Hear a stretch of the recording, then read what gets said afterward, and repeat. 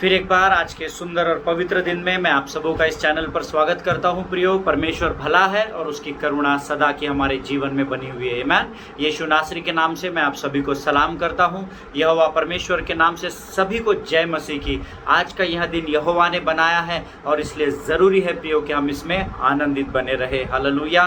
पिछले दिनों में हमने स्वप्न और दर्शन के विषय में हमने बहुत सारी बातें सीखी। तकरीबन 16 एपिसोड्स हम लोगों को लग गए उसको अध्ययन करते हुए, और मैं प्रभु का धन्यवाद देता हूं कि अद्भुत और अनगिनत गवाहियों को परमेश्वर ने मुझ तक भेजा है कि परमेश्वर विश्वास योग्य है। इसका प्रमाण मुझे इस स्वप्न और दर्शन का जो सीरीज़ हमने किया, इसके बाद मेरा विश्वास प्रभु में और बढ़ गया है प्रियो, क्योंकि इतने सारी गवाहियाँ मुझे आई है कि परमेश्वर लोगों के जीवन में अद्भुत कार्यों को कर रहा है। हालेलुया।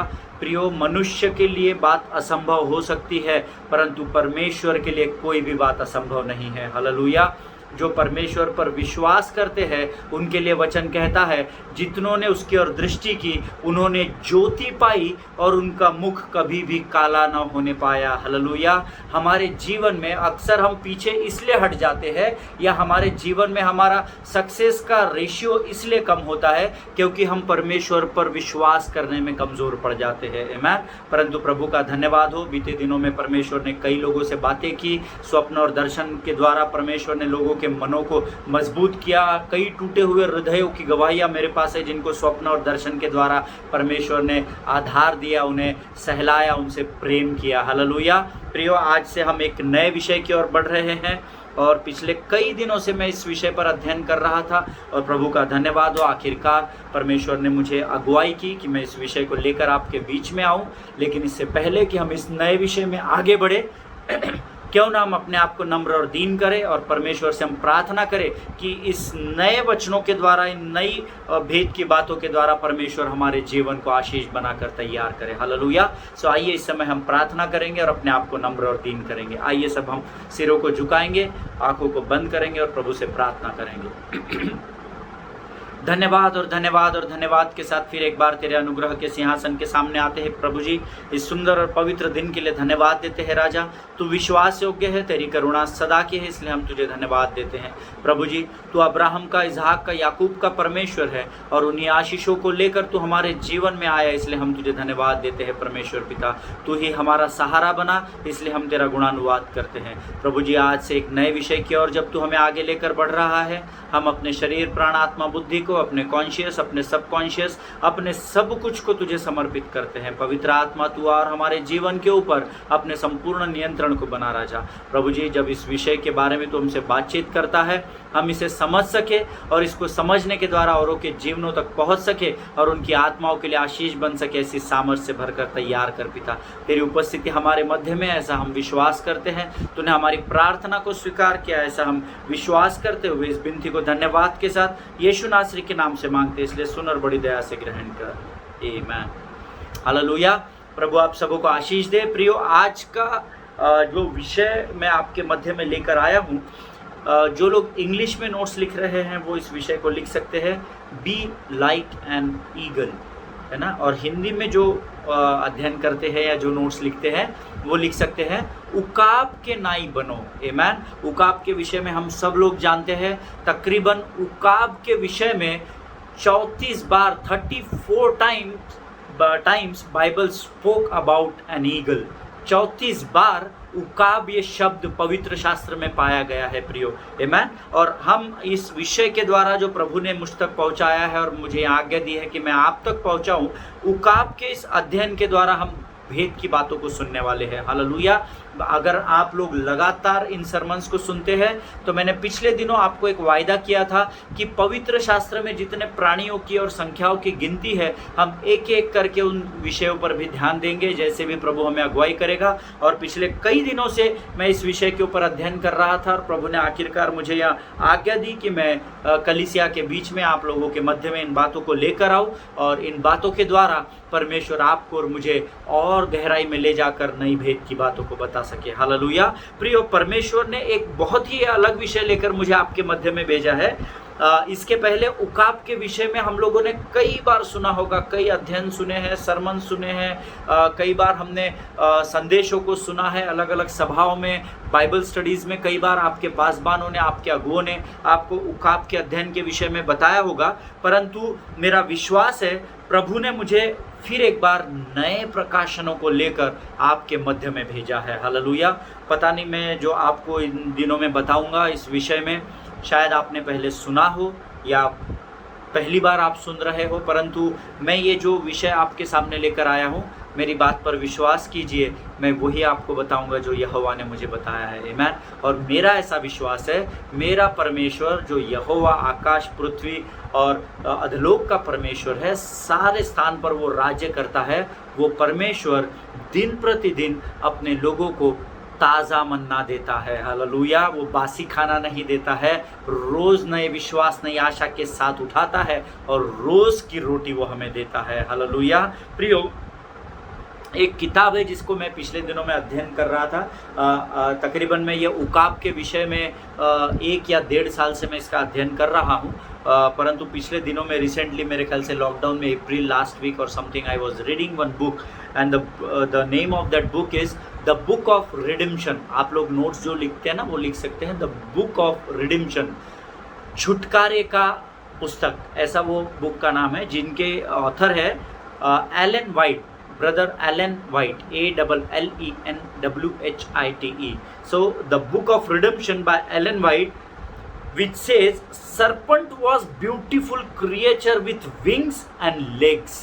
है ना। अब आप बोलेंगे आप उकाब का अध्ययन में ये सांप कहाँ से आ गया, ये सर्प कहाँ से आ गया बीच में, परंतु आप जानते हैं जब मैं आपसे बात करता हूँ, मुझे और अध्यापकों के बारे में, शिक्षकों के बारे में, इवेंजलिस्ट के बारे में नहीं पता उनका तरीका कैसा है, लेकिन जब मैं लोगों से बात करता हूँ तो सीधा विषय को हिट करने से पहले प्रभु ने मुझे बताया है कि तू इस विषय की नींव को तैयार कर, ताकि जब आपकी नींव तैयार हो, तो हम जानते हैं जिस घर की नींव मजबूत होती है, जो चट्टान पर घर बनाता है, वो आंधी और तूफानों से कभी हिलता नहीं है। हालेलुया। इसीलिए हम उकाब के आगे में बढ़ने से पहले हम इस नींव को देखेंगे कि उकाब हमारे जीवन को या यीशु मसीह के जीवन को उकाब के जीवन के साथ क्यों जोड़ा गया है, परमेश्वर स्वयं अपने जीवन को उकाब के जीवन से क्यों कंपेयर करता है। इसको सीखने से पहले, उस गहराई में कूदने से पहले हम अपने अध्ययन की नींव को तैयार करेंगे प्रियो। Amen. And that's what when I was reading the book of redemption by Alan White, I came to know that serpent was beautiful creature with wings and legs. सर्प जो था, इसको पंख भी थे और इसको पाँव भी थे। ये मेरा इन्वेंशन नहीं है। जब मैं इस पुस्तक का अध्ययन कर रहा था तो ब्रदर एलन वाइट के द बुक ऑफ रिडेम्पशन में पेज नंबर 32 पर मैंने इस डिटेल को पाया है, जो मैं आपके सामने रख रहा हूँ। एज इट इज़ फॉरवर्डेड, है ना। हम जब किसी को व्हाट्सएप में मैसेज भेजते तो हम लिखते हैं एज फॉरवर्डेड, जैसा मुझे आया है वैसा ही मैं आपको दे रहा हूँ। उसी प्रकार से जब मैं बुक ऑफ रिडेम्पशन पढ़ रहा था, उसमें ब्रदर एलन वाइट, जिनकी शैतान के ऊपर जिन्होंने बहुत अधिक अध्ययन किया है, बहुत गहरा अध्ययन है। अगर आपको कहीं से ये बुक मिल जाता है द बुक ऑफ रिडेम्पशन, तो आप इसको ज़रूर अध्ययन कीजिएगा। आपके बहुत सारे माइंड के कॉन्सेप्ट्स या जो संदेह है आपके माइंड में है लूसीफर के बारे में, वो बहुत सारा आपका क्लियर हो जाएगा प्रियो। तो जब मैं इस बुक का अध्ययन कर रहा था तब मैंने ये पाया कि जो सर्प है, उस सर्प को पाँव भी थे और विंग्स भी थे, वो उड़ता भी था, ऐसा इनके बुक में लिखा गया है। लेकिन मैं भी, जब हो सकता है आप में से बहुत सारे लोग इस बात से शायद अभी कन्विंस नहीं हो रहे हो, और एग्जैक्टली जैसे आप इस समय मेरी इस बात को सुनकर या देखकर कंफ्यूज है, वैसे ही जब मैंने पढ़ा ना, मैं भी कंफ्यूज हो गया था, है ना। मैं आपको बिल्कुल झूठ नहीं बोलूँगा, मैं सत्य बता रहा हूँ। जैसे इस समय आप कंफ्यूज हो गए कि सांप को कहाँ से पंख आ गए, सांप को कहाँ से पाँव आ गए, तो मैं भी उस समय कंफ्यूज हो गया। तो क्या हो गया ना, मेरा कन्फ्यूजन, जब मैं कंफ्यूज होता हूँ किसी चीज़ में, तो मेरा उस चीज़ को खोदने का या खंगालने का या ढूंढने का इंटरेस्ट परमेश्वर बढ़ा देता है। तो जब मैंने इस किताब में ये बात पढ़ी कि सांप को पाँव भी है, लेग्स भी है और उसको विंग्स भी थे, तो मैं भी सकपका मैं I was out of my senses. है ना, मैं अपने दिमाग से आपे से बाहर हो गया और मैंने इसका और अध्ययन करना आरंभ किया। और ये मेरा इन्वेंशन नहीं है, लेकिन जो पास्टर एलन वाइट ने कहा है कि serpent was a beautiful creature on this earth, जिसको विंग्स भी थे और जिसको लेग्स भी थे, तो मैंने इसको और खोदना शुरू किया। और तब उत्पत्ति की किताब उसका 3रा अध्याय उसके पहले वचन की ओर मेरा ध्यान गया। मैंने आपको अभी तक कई बार बता चुका हूँ, जब भी आप परमेश्वर के वचन का अध्ययन करते हैं तो बहुत ध्यानपूर्वक और बड़े गंभीरता से कीजिए। आमीन। और हम सब इस समय उत्पत्ति की किताब उसका 3रा अध्याय उसका पहला वचन पढ़ेंगे और धीरे धीरे हम इसमें आगे बढ़ेंगे। उत्पत्ति की किताब the book of Genesis chapter 3 and verse 1 says, Hindi में पहले पढ़ूंगा। यहोवा परमेश्वर ने जितने बनैले पशु बनाए थे उन सब में सर्प धूर्त था। और उसके आगे का हम लोग का अध्ययन का विषय सिर्फ पहला भाग है, आप उसको अंडरलाइन कर सकते हैं। मेरा विश्वास है कि आपके पवित्र शास्त्र में ये जो सेंटेंस है ये पहले ही अंडरलाइन होगा, पर जिनके पवित्र शास्त्र में नहीं है वो ज़रूर से इसको अंडरलाइन करें। यहोवा परमेश्वर ने जितने बनैले पशु बनाए थे उन सब में सर्प धूर्त था, है ना। इंग्लिश में मैं आपके लिए पढ़ूंगा। Now the serpent was more crafty than any other beast of the field. उसको आप अंडरलाइन कर लीजिए, सिर्फ पहला भाग है ना, दूसरे भाग को अंडरलाइन नहीं करना है।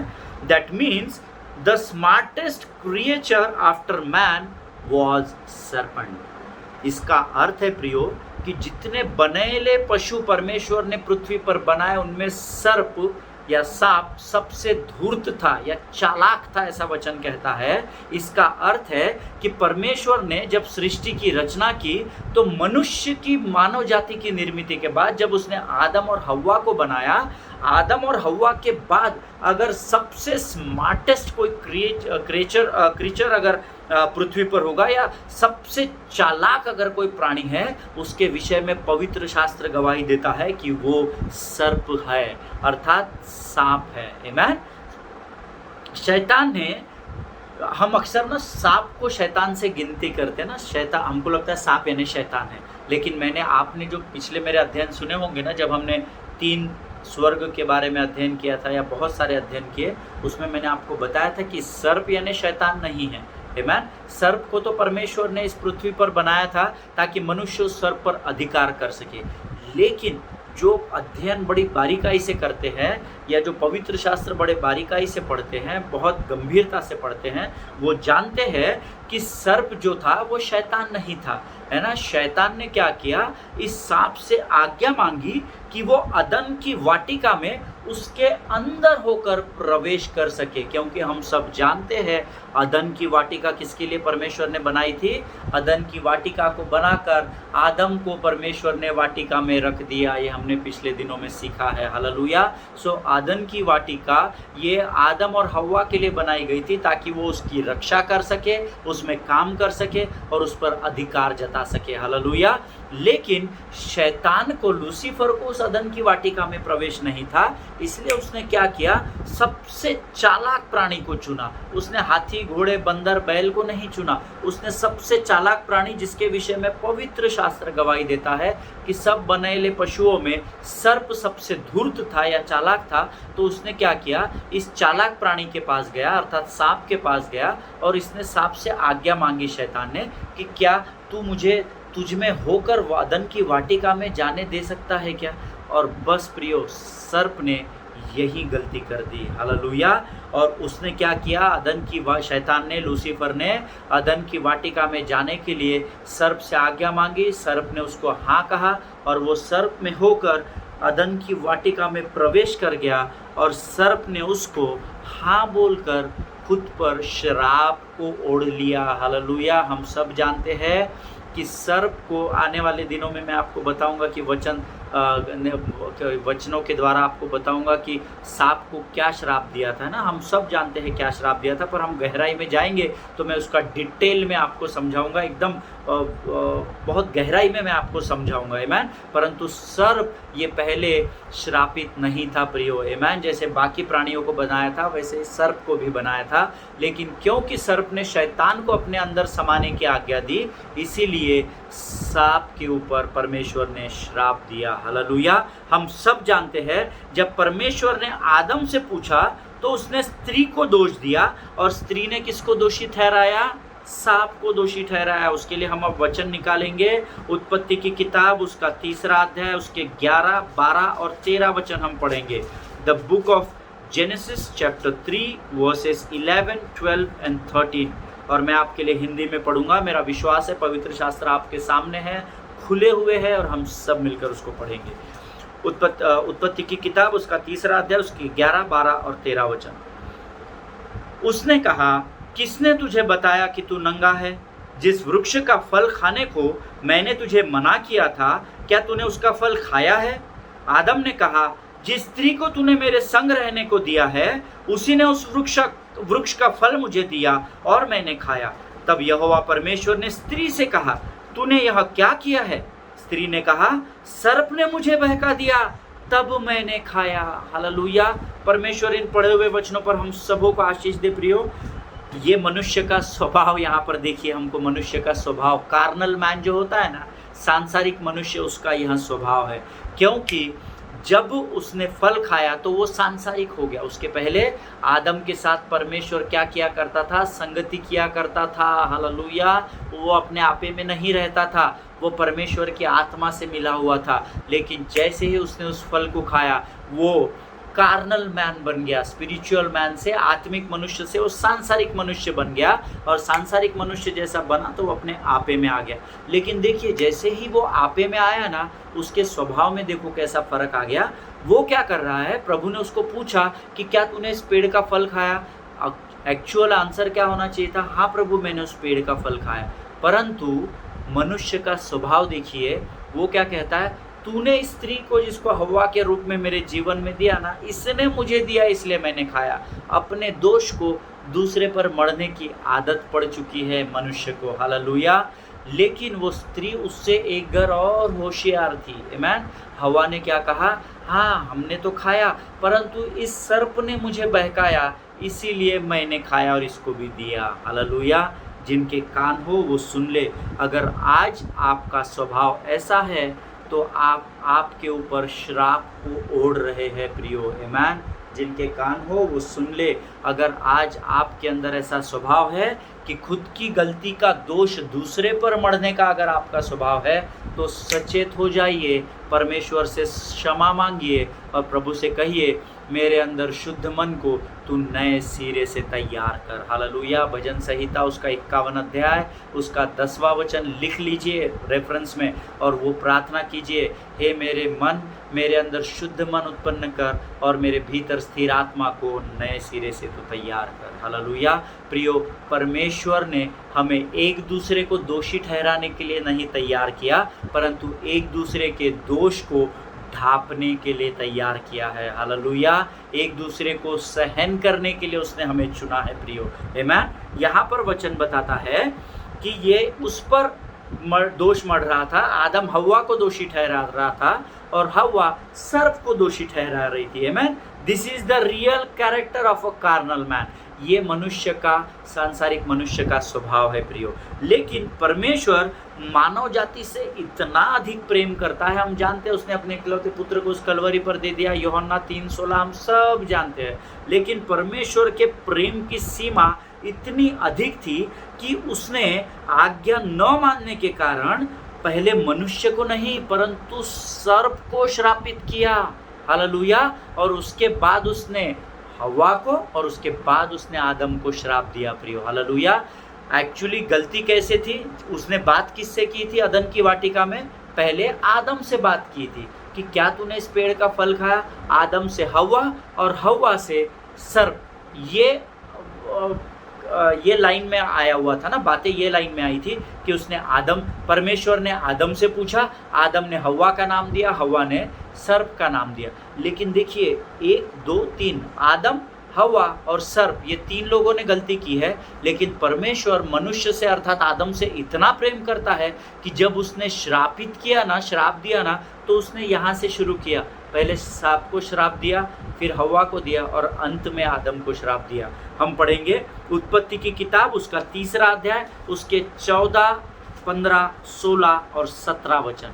The book of Genesis chapter 3 versus 14, 15, 16 and 17। और मैं आपके लिए पढ़ूंगा, आप भी ध्यान से उन वचनों को पढ़ेंगे और सुनेंगे। वचन कहता है, 14 वचन कहता है, तब यहोवा परमेश्वर ने सर्प से कहा, तूने जो यह किया इसीलिए तू सब घरेलू पशुओं और सब बनेलू पशुओं से अधिक श्रापित है। तू पेट के बल चला करेगा और जीवन भर मिट्टी चाटता रहेगा। और मैं तेरे और इस स्त्री के बीच में और तेरे वंश और इसके वंश के बीच में बैर उत्पन्न करूंगा। वह तेरे सिर को कुचल डालेगा और तू उसकी एड़ी को डसेगा। फिर स्त्री से उसने कहा, मैं तेरी पीड़ा और तेरे गर्भवती होने के दुख को बहुत बढ़ाऊंगा। तू पीड़ित होकर बालक उत्पन्न करेगी और तेरी लालसा तेरे पति की ओर होगी और वह तुझ पर प्रभुता करेगा। और आदम से उसने कहा, तूने जो अपनी पत्नी की बात सुनी और जिस वृक्ष के फल के विषय में मैंने तुझे आज्ञा दी थी तूने कि तू उसे न खाना, उसको तूने खाया, इसीलिए भूमि तेरे कारण शापित है। तू उसकी उपज जीवन भर दुख के साथ खाया करेगा। आमीन। परमेश्वर इन पढ़े हुए वचनों पर हम सबों को आशीष दे। प्रियो, देखिए, उसने आदम से पूछा था तो आदम का सीधा उत्तर होना चाहिए था, हाँ प्रभु मैंने फल खाया, है ना। लेकिन उसने हवा पर दोष मढ़ा, हवा ने सर्प पर दोष मढ़ा। परंतु परमेश्वर आदम से इतना अधिक प्रेम करता था कि उसने पहला श्राप सर्प को दिया, फिर उसने स्त्री से बात करके उसे श्रापित किया और अंत में उसने आदम को श्राप दिया। लेकिन अगर ये वचन आप ध्यान से पढ़ेंगे ना, जो वचन अभी हमने पढ़ा 13 वचन उसका 14 अध्याय, फिर एक बार ध्यान से सुनिए और ध्यान से पढ़िए। उत्पत्ति की किताब उसका 3 अध्याय उसका 14 वचन, तब यहोवा परमेश्वर ने सर्प से अर्थात सांप से कहा, तूने जो यह किया है इसीलिए तू सब घरेलू पशुओं और सब बनेले पशुओं से अधिक शापित है। इस आगे के इस वचन को अंडरलाइन कर लीजिए। तू पेट के बल चला करेगा और जीवन भर मिट्टी चाटता रहेगा। तू पेट के बल चला करेगा और जीवन भर मिट्टी चाटता रहेगा। इस बात को आप अंडरलाइन कर लीजिए। आपका होगा पहले से शायद अंडरलाइन, जब आपने पहले भी इस पर अध्ययन किया होगा, लेकिन अगर नहीं किया होगा अंडरलाइन तो आज इस वचन को ध्यान से अंडरलाइन कीजिए। परमेश्वर ने जब श्राप दिया ना प्रियो, तब उस सर्प से कहा कि तू अब से पेट के बल चला करेगा। इसका अर्थ है उस समय तक सर्प पेट के बल नहीं चलता था। हालेलुया। जब मैं the book of redemption page number 32 pastor Allen White की इस किताब को पढ़ रहा था, जिसमें उन्होंने ये कहा कि सांप को पाँव भी थे और सांप को पंख भी थे, जब मैंने इस वचन को सुना कि अब से तू इस पेट के बल चला करेगा और मिट्टी चाटेगा, तब मैं बहुत हद तक कन्विंस हुआ कि जो पास्टर एलन वाइट ने जो द बुक ऑफ रिडेम्पशन में लिखा है वो सच होगा। हालेलुया। क्योंकि उस समय तक ऐसा कहीं भी नहीं लिखा है पवित्र शास्त्र में कि सर्प पेट के बल चलता था। श्रापित होने के बाद परमेश्वर ने जब उसको श्राप दिया तो उसने पेट के बल चलना शुरू किया। इसका अर्थ है सर्प तब तक अपने पाँव पर चलता भी था और उसको पंख थे और वो उड़ता भी था। हालेलुया। आने वाले समय में और गहराई में मैं इसके डिटेल्स आपको दूंगा, पर मैं चाहता हूँ ये बात वही समझ सकेंगे जो बड़ी गंभीरता से इस पूरी सीरीज को अटेंड करेंगे। आमीन। इसका अर्थ है प्रियो कि परमेश्वर ने जब आदम को श्राप दिया उससे पहले उसने सर्प को श्रापित किया, उसके बाद हवा को श्राप दिया और अंत में उसने आदम को श्रापित किया। आमीन। प्रियो, वैज्ञानिक बताते हैं अगर किसी प्राणी को हवा में उड़ना है ना तो उसको 2 फेफड़े अर्थात he must have 2 lungs with in his body. ऐसा वैज्ञानिक बताते हैं। ये मैं साइंटिस्ट नहीं हूँ, मेरा ये अध्ययन नहीं है। मैं जो इस विषय पर जब अध्ययन कर रहा था ईगल के ऊपर, तब मैंने जब सर्प का अध्ययन पहले आज शुरू किया तब मुझे ये बात पता चली। मैं एक साइंटिस्ट के बुक को पढ़ रहा था, उसमें मुझे पता चला कि किसी भी प्राणी को जो हवा में उड़ता है उसको 2 फेफड़ों का होना ज़रूरी है। He must have 2 lungs with in his body. आमीन। बट द हेर्पेटोलॉजिस्ट सेज, जो हेर्पेटोलॉजिस्ट है ना, हेर्पेटोलॉजिस्ट को क्या बोल सकते हैं अपन, द ब्रांच ऑफ जियोलॉजी, है ना, जो लोग प्राणी विज्ञान के ऊपर अध्ययन करते हैं ना, द हेर्पेटोलॉजिस्ट या herpetology is a branch of geology, है ना, जिसमें हम जीव शास्त्र या बायोलॉजी या प्राणी शास्त्र के बारे में, जियोलॉजी के बारे में पढ़ते हैं, तो उसमें हर्पेटोलॉजिस्ट होते हैं जो प्राणी शास्त्र के ऊपर अध्ययन करते हैं। अर्थात हर्पेटोलॉजिस्ट जैसा सिविल सर्जन होता है, जैसा स्किन स्पेशलिस्ट होता है या सिविल सर्जन होता है जो अलग अलग एरियाज़ में मास्टर की डिग्री करते हैं, वैसे हर्पेटोलॉजिस्ट एक डॉक्टर होता है जो प्राणी शास्त्र के ऊपर अध्ययन करता है। He says that if you look at snakes now, they mostly have one lung at their right side. आज के हर्पेटोलॉजिस्ट का अध्ययन ये बताता है कि बहुत सारे सर्प को अगर आज आप देखेंगे, जैसे कि वो उस पर अध्ययन करते हैं, तो उनको उनमें एक ही लंग्स मिलता है या एक ही फेफड़ा मिलता है सांपों के बीच में या अंदर में, जो उनके राइट साइड में होता है। ऐसा हर्पेटोलॉजिस्ट कहते हैं, मैं नहीं कहता, हर्पेटोलॉजिस्ट की ये स्टडी कहती है। प्राणी शास्त्र के जो डॉक्टर है उनका ये अध्ययन कहते हैं। वैज्ञानिक ये भी दावा करते हैं कि सर्प या स्नेक जो होता है उसकी जो पूंछ होता है ना, टेल एंड जो होता है ना, सर्प का मुंह इधर है और उसका जो टेल एंड है, यहाँ पर दो छोटे से पाँव पाए जाते हैं। हर सर्प में नहीं पाए जाते, परंतु जो बड़े बड़े होते हैं ना, एनाकोंडा टाइप जो होते हैं ना, या अजगर जिसको हम बोलते हैं, वो जो बड़े बड़े स्नेक्स होते हैं ना, उनके टेल एंड पे दो छोटे छोटे पाँव पाए जाते हैं। ऐसा हर्पेटोलॉजिस्ट का अध्ययन कहता है। लेकिन जब प्रभु ने उसे श्रापित किया, वचन कहता है, तब से वह पेट के बल चलने लगा। हालेलुया। इसीलिए मैंने आपको अध्ययन के शुरुआत में बताया था कि उनको विंग्स भी है और उनको पाँव भी हुआ करते थे उस समय में श्रापित होने से पहले। आमीन। आज भी आप बहुत सारे उड़ते हुए सांपों को देख सकते हैं। मैंने खुद अपनी आंखों से देखा है। कई साल पहले हमारे घर के दीवार पर सांप था ग्रीन कलर का, और वो एकदम से उड़ा और ज़मीन पर आकर गिरा।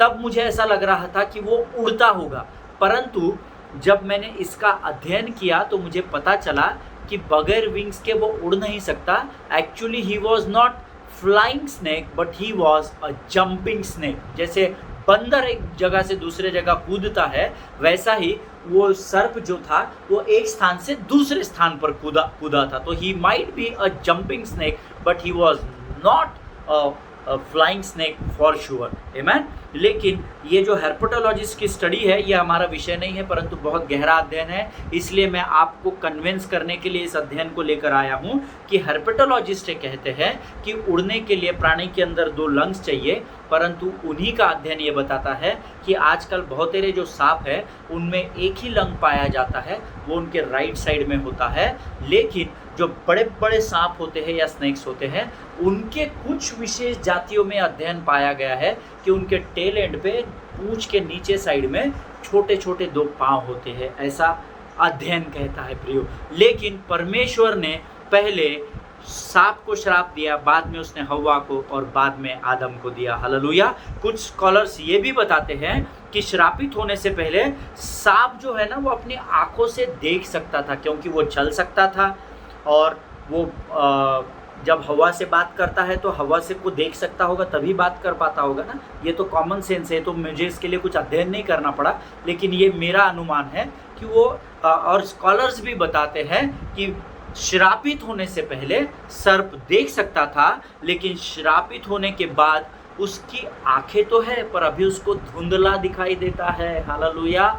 आप डिस्कवरी चैनल देखिए, एनिमल प्लैनेट देखिए, उसमें आपको दिखेगा कि उसकी आंखें आपको दिखेगी ज़रूर, लेकिन अभी वो धुंधली हो चुकी है, ऐसा स्कॉलर्स बताते हैं। हालेलुया। इसीलिए सर्प ना हिलती हुई चीज़ों को देख सकता है लेकिन धुंधला सा देख सकता है। आमीन।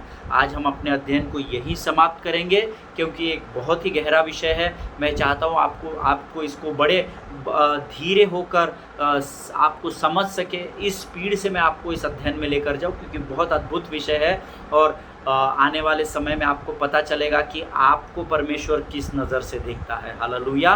सो परमेश्वर इन वचनों के लिए, हमसे बातें करने के लिए हम सब प्रभु का धन्यवाद दे प्रियो। आज हम अपने अध्ययन को यहीं समाप्त करेंगे, कल फिर एक बार हम यहीं से शुरू करेंगे और आगे और गहराई में जाएंगे। तब तक स्वस्थ बने रहिए, सुरक्षित बने रहिए, एक दूसरे के लिए प्रार्थना करते रहिए, सोशल डिस्टेंसिंग का पालन कीजिए, और विशेषकर अपने पासबानों के लिए और उनके परिवारों के लिए लगातार प्रार्थना करते रहिए। Hallelujah. All glory to God. God bless you all the best. हम फिर एक बार कल मिलेंगे। Amen. God bless you all.